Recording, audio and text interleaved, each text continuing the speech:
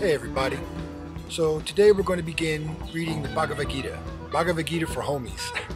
What it does is it gives us insight into our own spiritual and material situation.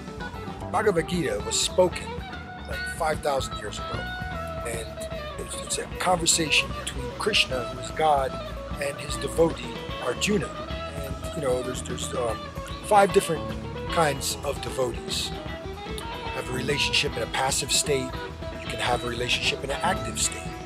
You can be a devotee as a friend, and you can be like a parent. You can be like a lover. These 5 things are ways we can develop our own personal relationships with God. It's stated that what I'm talking about here is what they call Sanatana Dharma, or eternal religion. Bhaktivendanta Swami Prabhupada says the word religion is a little different from Sanatana Dharma, because religion conveys the idea of faith, and faith may change. One may have faith in a particular process, and he may change that faith and adopt another. But Sanatana Dharma refers to the activity which cannot be changed. It's eternal. And that's the point of trying to study, the root of where everything that we deal with now comes from. So when you want to know about, all these modern type of philosophies, it's best to go back as old as you can. And the Bhagavad-Gita is right there to give us those answers. The Supreme Lord says that there is a banyan tree which has its roots upward and its branches down, and the Vedic hymns are its leaves. One who knows this tree is the knower of the Vedas. So how does a tree have its roots going up and its branches going down? Does that make sense? Because this life is a reflection of the spiritual world. It's upside down. And if we can just cut our attachment to this material world, we can go back to the spiritual world. Krishna says, anyone who quits this body at the end of life, remembering me, attains immediately to my nature. And there's no doubt of this. So we're saying, as long as we can remember God, at our time of death, God will take us. Krishna also says, give up all varieties of religiousness and just surrender unto me. And in return, I shall protect you from all sinful reactions. Therefore, you have nothing to fear. This is just a method of saying we dovetail all of our actions and efforts in the God consciousness. So we have that as our main fallback, as opposed to sense of gratification or the ego, me. You have to realize, since we're in the material body, we have so many different urges and sufferings and things like that we want to take care of. Nobody wants to suffer. So if we're hungry, we want to immediately fill our belly so we don't have to deal with hunger pains. Or if we're sick, we want to find the quickest path to becoming well again. And without insight of our own constitution, spiritually and materially, we're kind of working at a disadvantage. This book, the Bhagavad-Gita, gives us an advantage in life to know our position, make sense out of nonsense that we see in this world. Bhagavad-Gita means the song of Bhagavan. Bhagavan is another name for God. I'll get into that later. God has unlimited names. God is Ananta. Ananta means unlimited. In this book, it speaks of a conversation between God and his devotee right at the beginning of a major battle that was about to take place. This book explains that at the precipice of this war, one of the main participants was having second thoughts and doubts. Krishna explained to him the science of self-realization, so he knew what he had to do, he knew his position. The way that these stories are told, especially in ancient times, is it's usually somebody telling the story to somebody else.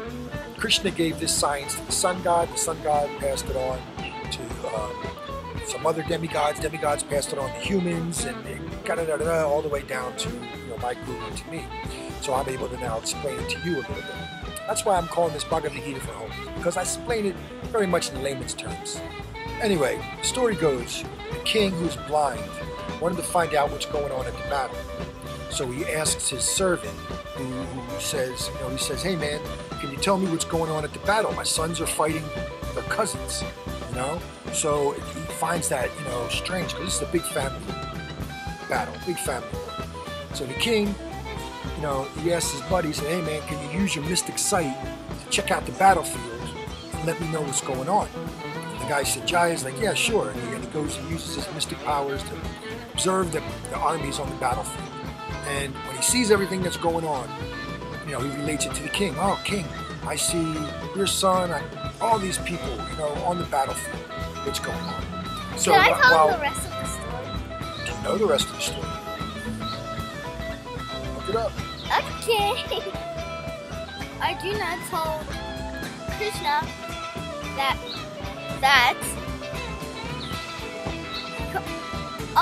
I don't want to find my cousins. Should I fight or should I not fight? Asked Arjuna to Krishna.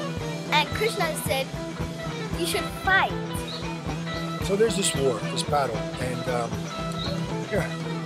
Krishna's explaining to his devotee why he must fight. That's basically the story of the Bhagavad-Gita. It teaches us how we must act in life, because action is key. You have lots of philosophy and sentiment, but really action is key. We have to act according to our nature. Once we understand our eternal nature, we can dovetail those efforts of our material actions with our spiritual nature. And it should give us a better life. It's worth reading. I'm going to go through chapter by chapter.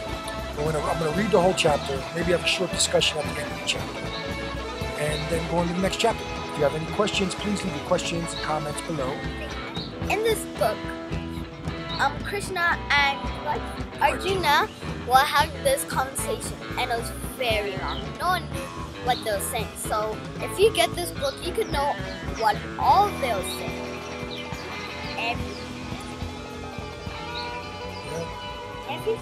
Everything.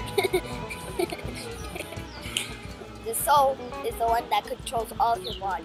The soul is not the thing that tastes. Your body is the one that tastes. Your soul doesn't smell. You're the one that smells. Your body smells. And your soul does not feel touch, because you only feel, because this body makes you feel touch. And one thing, our soul could never die from lightning strike, from fire, nothing. The soul is not burned when the body is burned. The soul is not destroyed when the body is destroyed. The soul is eternal, full of knowledge and full of bliss. And it's part and parcel of God. So there, when we follow the spiritual science, we become enlightened. The Guru gives us the knowledge of light to bring us out of the darkness.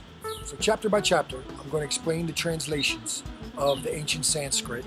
And then at the end of the chapter, we'll have a short discussion on an overview of what it meant. Haribol! Haribol! Haribol! Hare Krishna. Chant, chant, chant. Hare Krishna, Hare Krishna, Krishna Krishna, Hare Hare. Hare Ram, Hare Ram, Ram Ram, Hare Hare.